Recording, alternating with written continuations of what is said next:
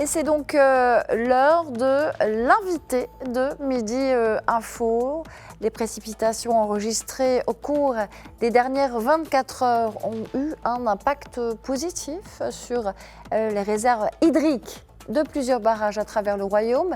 Bilan, une hausse notable des volumes d'eau stockés dans plusieurs provinces, mais aussi une amélioration progressive de la situation hydrique nationale. Alors pour en parler, nous sommes en direct depuis Rabat avec monsieur Mohamed Baza, expert international des ressources en eau. Bonjour et bienvenue. Bonjour madame, merci de votre invitation. Après une longue période marquée par le déficit pluviométrique, le Maroc connaît aujourd'hui des précipitations importantes qui renforcent de manière significative les ressources en eau du pays. Comment ces pluies ont-elles impacté les réserves d'eau des barrages dans les différentes régions du Maroc, notamment?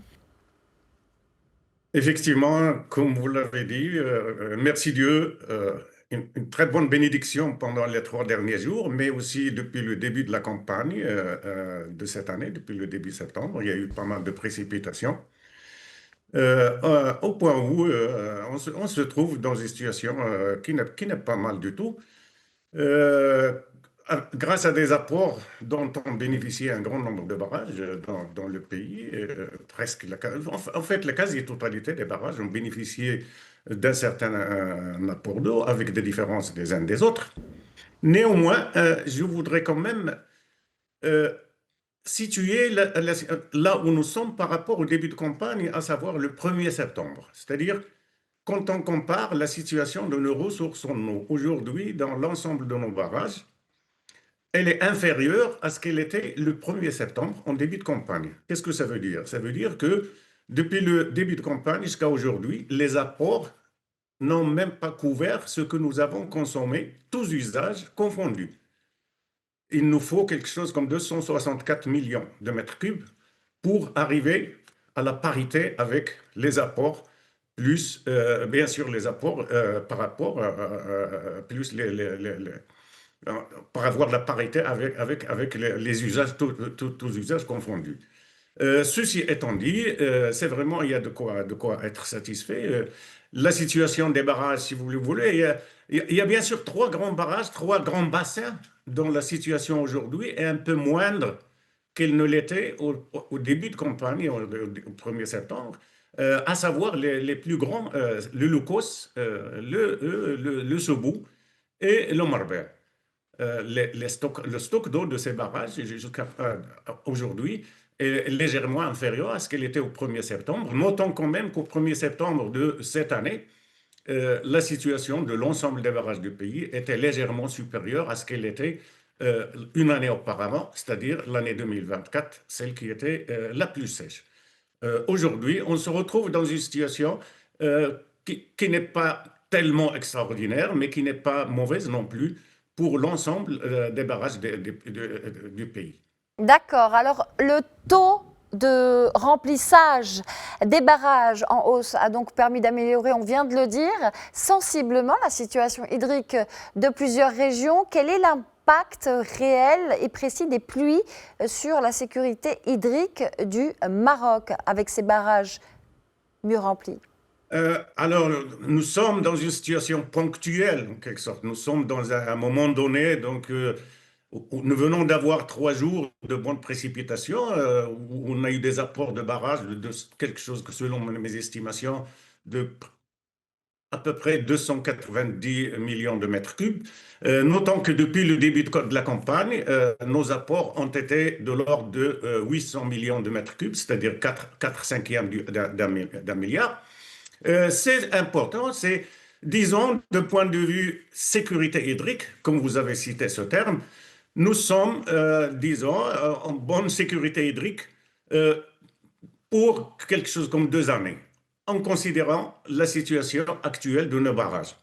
Mais, bien sûr, je m'attends à ce qu'il y ait plus d'apport d'eau dans les jours à venir, essentiellement à cause de la fonte des neiges, parce qu'il a beaucoup neigé. Il ne faut pas oublier que cette année, il y avait, Dieu merci, tellement de neige qu'il a couvert pratiquement toutes les zones où il neige d'habitude, et même certains endroits où il neige que rarement.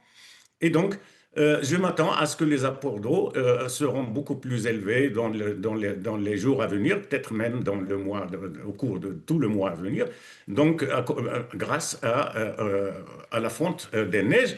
Mais selon les prévisions aussi, il est prévu que d'autres précipitations auront lieu au moins durant le prochain mois. Donc ça, c'est ce qui est un peu prévu. Donc le Maroc est appelé à avoir, Inch'Allah, encore plus de précipitations durant au moins jusqu'au 15-20 du mois prochain. D'accord. Alors, Mohamed Baza, vous parliez de 2 ans à peu près de visibilité et donc de ces ressources en eau en ce qui concerne les barrages. Vous parlez aussi de la fonte des neiges sur laquelle vous comptez pour garantir cette sécurité hydrique. Cette évolution constitue donc avec ces pluies un renforcement significatif des ressources en eau dans le pays, notamment sur les principaux barrages qui ont vu donc leur niveau d'eau augmenter. Comment capitaliser sur ces réserves toutes récentes en eau dans le pays selon vous? Oui, il faut voir où nous sommes et par rapport à quoi. Nous sommes toujours dans une situation de déficit, donc lequel déficit de stress hydrique qui a commencé depuis 6 7 années au Maroc. Nous vivons toujours cette période. Nous sommes à un certain niveau de ressources en eau dans nos barrages et j'espère un peu moindre, mais aussi dans les eaux souterraines. Nous avons une certaine sécurité relative par rapport à nos besoins. Donc, nous sommes plus ou moins en sécurité pour 2 années, disons, avec l'espoir qu'il y en ait plus. Mais il ne faut pas vraiment... moi, mon point de vue, c'est qu'il faut être optimiste. Nous devons être optimistes, mais nous devons travailler pour tous les scénarios possibles. Parce que n'oublions pas que ce qui a causé la sécheresse pendant les 6 5 dernières années, ce sont les changements climatiques. Ça fait partie des impacts des changements climatiques. Le pays a souffert de sécheresse pendant tout ce temps, surtout de certaines régions, beaucoup plus que d'autres.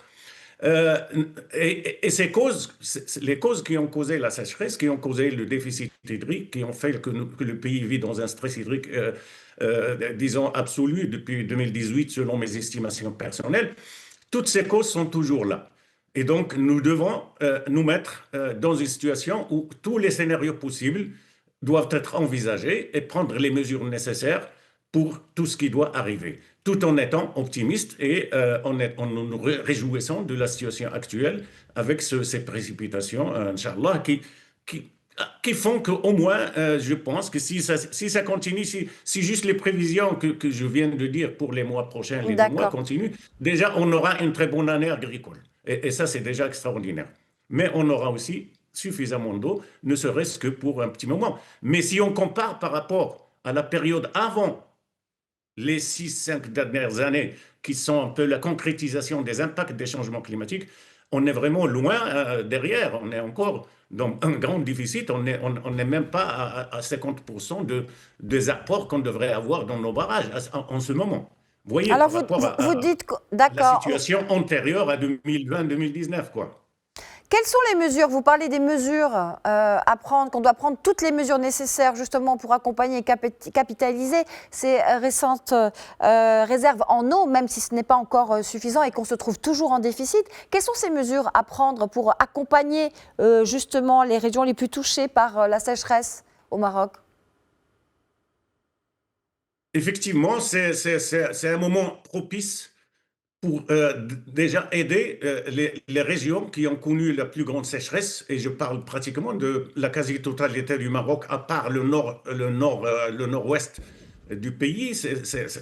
La quasi-totalité du Maroc a été impactée par la sécheresse. Il y a beaucoup de gens qui n'avaient pratiquement plus rien, surtout les petits agriculteurs, dans les montagnes, dans les zones rurales, etc. Et là, c'est le bon moment avec ces précipitations, cette bénédiction de Dieu. Ça serait extrêmement important que toutes les mesures soient prises pour aider ces gens à se remettre des impacts des dernières années. Alors là, les gens se retrouvent avec pratiquement rien. Ils avaient vendu leur cheptel. Ça serait bien de les aider à reconstituer un peu leur cheptel. Ils n'ont peut-être pas de semences, ils n'ont certainement pas de semences.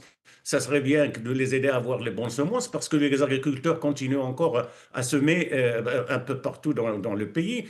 Il faut les aider à retrouver un peu leurs activités d'habitude. Peut-être qu'ils auraient besoin d'assistance technique, mais aussi d'assistance financière. Si, dans le cas où ils ont des crédits à penser, à payer, peut-être ça serait bien de les réajourner ou carrément de les enlever. Donc il y a beaucoup d'appui à apporter, que ce soit l'appui technique, l'appui moral, l'appui financier, tout ce que peuvent faire donc les institutions publiques, mais aussi la société civile et les gens, tout le monde, ce que peut faire à aider la reprise des activités des agriculteurs, et je parle beaucoup plus des petits agriculteurs qui ont presque tout perdu pendant ces dernières années, ça serait le bienvenu et ça serait bien fait pour reconstituer un peu leur situation, je dirais, qui leur permet d'être dans une situation normale, quoi.